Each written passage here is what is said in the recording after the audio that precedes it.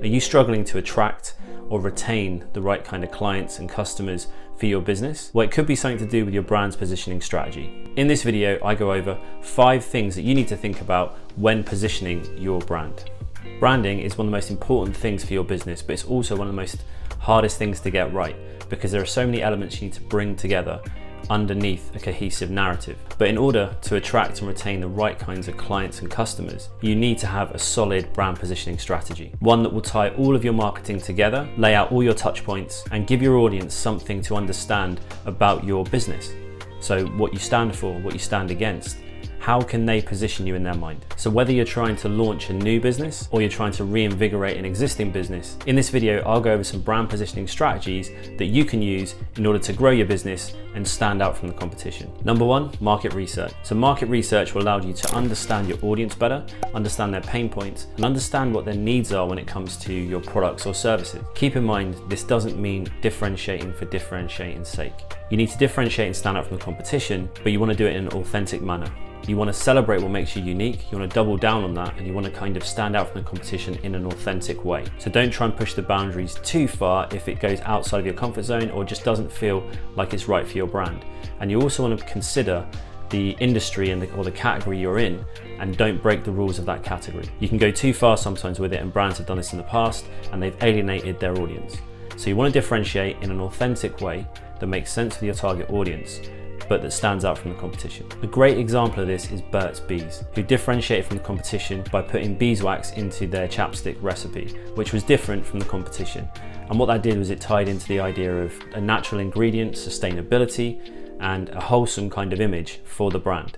This allowed them to target individuals who are more interested in sustainability, they're more interested in natural ingredients, and they position themselves different from the rest of the market. After doing your market research, one of the things you want to do is you want to list your competitors and you want to list down how they're positioning themselves. A really quick way of doing this, and it's not a fail-safe, but it's a way that you can sort of shortcut and see how they see themselves or how they at least are talking about themselves, is to, if you view their social profiles and you look at their bios, you very often at time, most businesses will try and put in there a summary, a succinct summary, how they see themselves to their audience. So they almost try and put in there a mini kind of positioning statement. It's not quite as detailed as a positioning statement, but it gives you an idea of what they're trying to stake claim to in the market. So that's one way to do it. Another way is to compile a list of all the things that you can see from your competitors that they're trying to do from a positioning point of view, whether that's from visuals, whether that's messaging, whether that's from tone of voice, whether that's the imagery they're using, whatever it is, product development, packaging, all these things. If you can list them out next to the competitors you're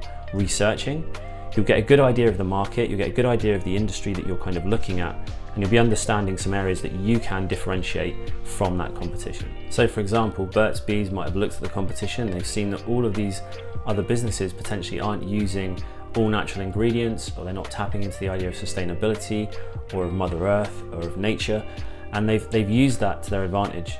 And they've also used it to the fact that they've got a product that they can then market in a different way to their competition. They can have slightly different values. The way that they show up with regards to their design and their packaging can be different. And it just adds into that narrative and that story. So the market research stage is really important. You want to look at your competition. You want to try and work out what your audience wants and needs are. And you need to understand how you can fit into this existing market landscape, or how you can pivot or reposition so that it actually makes you stand out from the competition, differentiate and be unique. Number 2, identify your unique selling proposition. So what makes you different from others? What makes you unique? What can you celebrate about your brand that is different from everybody else's, that nobody else can say, nobody else can lay claim to? And this really should be the first question you ask when developing your brand positioning strategy. It really is the core question. It's that ultimate question. Why would somebody choose you? How can you build a brand? In order to build a brand, you need a unique differentiator, or a few of them, or lots of them bringing together, but you need one that is kind of your unique selling point, that makes you that different place that you can position yourself in, and then grow from that place with your marketing and the way that you express your brand. Your USP, or unique selling proposition, is something that's so important. It not only sets you apart from your competition, it's how you add value to your target audience. And sometimes this gets thrown about quite a lot, and people think about it and they think their unique selling proposition is something like customer service. Well, it needs to be something that nobody else can really lay claim to. Now, unless you are taking it to the levels of someone like Zappos, then your customer service really isn't your unique selling proposition. It needs to be something different. So a good way to do this is to think about everything that makes your business unique, whether that's location, whether that's the way that you use design, whether that's your packaging, your product itself, whether that's your innovative processes you use, whether it's your messaging, whatever it is, list them all. List everything you can think of that makes your brand unique. Then you want to go through that list and you want to pick out the ones that are the easiest to market, the ones that are different from the competition completely. They have to be different, but also that are easiest to market. What things come up when you think about those particular points you've made? Do you get any inspiration, any innovation? Anything comes up about how you could market this, how you could run with it? And you generally tend to find one completely unique, they have to be, but also the ones that are the easiest to think up with regards to marketing campaigns and how you can take this forward are the ones to go with. Two other things to think about when going through this list of USPs and picking the one or the couple of things that you can leverage. They must be simple. They must be easy to understand for your target audience. Can you create marketing collateral around that idea? Can you create a story around that idea? So it has to be simple for your audience to take it on board, and it has to have extendability. Does it have legs? If there's nowhere to go with it, which is why the marketing test is quite a good one. If you can think up lots of different ways you could market this particular USP, how you can position it, if you start getting ideas about how this USP could filter into things like signage, into packaging, those kind of things, you know you're onto a winner when it comes to USP, because it's something that has legs and extendability. So it needs to have that, because if you don't have that, you're going to quickly outgrow this particular USP that you're trying to push on the market. Number 3, develop a unique brand personality. One of the most often overlooked ways to actually position yourself and stand out from the competition is by developing a unique brand personality. A lot of people miss this step. A lot of brands don't actually ever utilize their brand's personality. And in a lot of industries, you go into it, we do brand audits for our clients and we look at the industry and we'll look at them, and a lot of times there is no personality in the industry at all. It's completely flat, it's completely regimented, and it's just crying out for a brand to come in and disrupt that and shake it up a bit. So look at your competitors and look at the personality they are exuding. And a lot of times what you might find is a group of competitors will all be copying each other, which is the biggest no-no when it comes to branding, because you're not differentiating from the competition, you're copying the competition. So if you can have a look at your market, if you can look at those competitors and you can see what personality traits they are trying to get across, what personality they're trying to be. You know, do you have a jester in your industry? Do you have a creator? Do you have a magician? Do you have a sage? Or are they all the same? Are they all the same? So one of the things that you can do is develop a unique brand personality that helps you to stand out from the competition in such a way that actually it's a breath of fresh air. Probably the most effective way to build a differentiated brand personality is by using brand archetypes and creating a brand archetype mix for your brand. And this is a case of a primary archetype and then a couple of sub-archetypes that create a unique personality that you can use throughout your messaging, your tone of voice, through your expression of your brand's visual identity. All these things can come into play through your social media or your content marketing, can be utilized and harnessed through those archetypes. Now the archetypes themselves, they are not who you think you are necessarily, they're about the target audience. They're about the target audience and where the audience is in relation to interacting with your brand. So for example, if you had somebody that was working in the city for 40 plus years, going into the same job, clocking in, clocking out, maybe in the finance district, going to their cubicle, they sit in there day in, day out, the same routine, mundane routine, same thing, same thing, same thing. And they might love their job, but the routine of it is so consistent that they would start craving rebellion, freedom, independence, liberation, all these things, these kind of dreams of doing something different. And so brands that embody the outlaw or the rebel call out to them. So brands like Harley Davidson, who epitomize the outlaw and the rebel archetype. And Harley Davidson as a brand, they lean into the outlaw or the rebel archetype. They do that by showing the audience images of open roads, which is freedom, it's independence, it's liberation. But it also, they have images of, or iconography of wings, which again does the same thing. And they use taglines or slogans that evoke the idea of rule breaking, non-conformity, you know, don't go with the crowd. And these messages really speak to that particular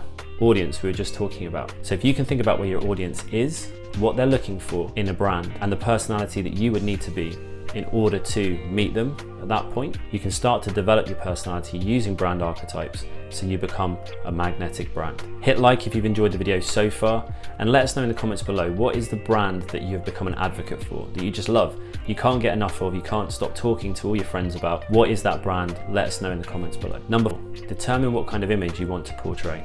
So if we talk about Harley Davidson in the previous example, the way they used imagery to evoke the idea of the outlaw or liberation, what could you do with your business to evoke the feelings that you want to evoke in your target audience? A good way to think about this is, what would you like your customers or clients to think about when they hear your brand name? What emotions, what feelings, what things you'd like them to think about. If you make a list of those, you can start to get a bit of an idea from a visual perspective of how you need to be. So for example, Comic Sans is something that people joke about all the time, but you wouldn't use Comic Sans if you're a lawyer. You wouldn't use Comic Sans if you're a solicitor. It just doesn't make sense. It doesn't go hand in hand. You know, it's differentiated from the competition, but it's too far differentiated to the point of view of your clients wouldn't trust you, people wouldn't come to you because they wouldn't believe your credibility. So you have to be careful with regards to the visual side of the personality of your brand. So if you're trying to develop that personality, it wants to make sense on the visual aspect of it, which again is where archetypes can come in quite effectively. Because if you had a brand that was a sage brand, it'd be very much different in looks from that of a jester personality brand. You can imagine the jester would be bright colors like a Ben & Jerry's, whereas a sage brand would be a bit more studious, a bit more corporate, a bit more kind of knowledge and wisdom based, maybe something like a TEDx, and it would have a different feel about it. Another question to ask when thinking about your visual identity and how you want your image to come across is, what qualities do you want to have or be portrayed by your business? And again, this can come back to the qualities that you want to showcase, the things you want to make your audience feel.